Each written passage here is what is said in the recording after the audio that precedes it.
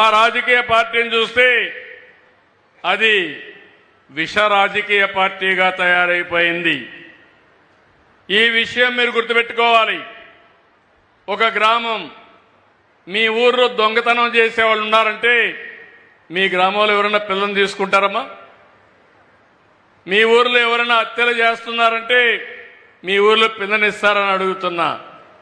అదే మరి ఒక రాష్ట్రానికి ఒక విశ్వసనీయత ఉంటుంది, ఒక నాయకుడికి ఒక విశ్వసనీయత ఉంటుంది. కానీ ఇటీవల కాలం నేను చూస్తున్నా, ఎప్పుడూ లేనటువంటి సమస్యలు చూస్తున్నా. ఆడబిడ్డల పైన సోషల్ మీడియాలో క్యారెక్టర్ అసాసినేషన్ చేస్తారు, ఇష్టానుసారంగా మాట్లాడే పరిస్థితికి వస్తారు. అంటే మామూలుగా మీరు చూస్తే ఫేక్ ప్రచారాలు, రౌడీ రాజకీయాలు, తప్పుడు విధానాలు, ఇవే ప్రచారంగా చేసుకొని ముందుకు పోతున్నారు. నేను ఒక్క విషయం ఈ పెద్దాపురంలో అడుగుతున్నా. 10 సంవత్సరాలు 10 సంఘటనలు మీ దృష్టి తీసుకొస్తున్నా. ఇలాంటి వాళ్ళు ఒక రాజకీయ పార్టీ పెట్టడానికి అర్హత ఉందా? ప్రతి ఒక్క కుటుంబంలో చర్చ జరగాలని చెప్పి కోరుకుంటున్నా. వివేక హత్య, వివేకానంద రెడ్డి ఆ రాజకీయ పార్టీ నాయకుడికి సొంత చిన్నాన్న, తెల్లవారితో చనిపోయాడు. సాక్షి టీవీలో వచ్చింది గుండెపోటు. నేను కూడా నమ్మా. నేను అడుగుతున్నా, నెక్స్ట్ డే చూస్తే నా చేతిలోనే కత్తి పెట్టి నేనే చంపానని చూపించారు, నమ్మించారు. నమ్మిన వాళ్ళు ఓటేశారు. ఆ తర్వాత ఏం జరిగిందో మనమే చూస్తున్నాం. అంటే ఒక తప్పుడు పని చేసి, తప్పుడు ప్రచారం చేసి రాజకీయ లబ్ధి పొందిన వాళ్ళు రాజకీయాలకు అర్హులా అని చెప్పి ఆలోచించండి. ఇది నెంబర్ 1.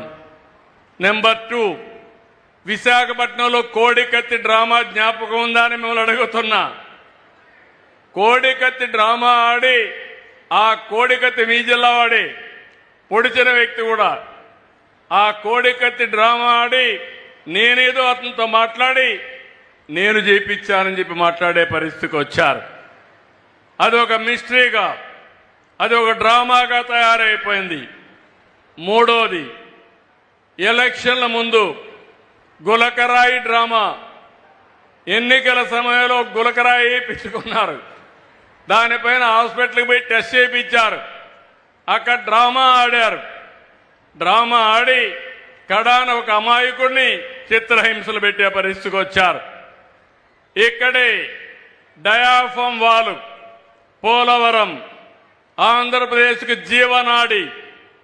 వీళ్ళొచ్చి కాంట్రాక్ట్ను మార్చి, ఇంజనీర్లు మార్చి, గోదావరిలో ఒకసారి 20 లక్షలు, 30 లక్షలు, 40 లక్షలు క్యూసెక్స్ ఆఫ్ వాటర్ వస్తుంది, ఉధృతంగా వస్తుంది. అలాంటిది పైన కట్టవలసిన అప్పర్ కాఫర్ డ్యామ్ కట్టకుండా, పూర్తి చేయకుండా నిర్లక్ష్యం చేస్తే డయాఫామ్ వాల్ కట్టుకోబోయింది. అది కూడా నా వల్ల పోయిందని 5 ఏళ్లు కట్టకుండా వదిలిపెడితే దాన్ని రెక్టిఫై చేసి ఇప్పుడు కట్టుకునే పరిస్థితికి వస్తున్నాం. అంటే చేసిన తప్పును వేరే వాళ్ళపైన నెట్టడం ధర్మమా అని మిమ్మల్ని అడుగుతున్నా. ఇలాంటి వాళ్ళు రాజకీయాలకు కావాలని మిమ్మల్ని అడుగుతున్నా. ఎన్నికల ముందు మీరందరూ గుర్తుపెట్టుకోండి, మేము ఇంటింటికి పోయి ఆ రోజు ఉన్నటువంటి వాలంటీర్లంతా ప్రచారం చేస్తా ఉంటే వాలంటీర్లు లేకుండా పింఛన్లు ఇమ్మన్నాం. పింఛన్లు ఇమ్మంటే మే నెలలో పింఛన్లు ఇవ్వకుండా ముసలి వాళ్ళని తీసుకుపోయి అటు ఇటు తిప్పి ఒక 15 మందిని చంపేసి ఆ 15 మందిని నేను చంపేశానని నా మీద నెపవేశాడు. అవునా కాదా అని మిమ్మల్ని అడుగుతున్నా. ఇలాంటి దుర్మార్గులు మనకు అవసరమా అని మిమ్మల్ని అడుగుతున్నా.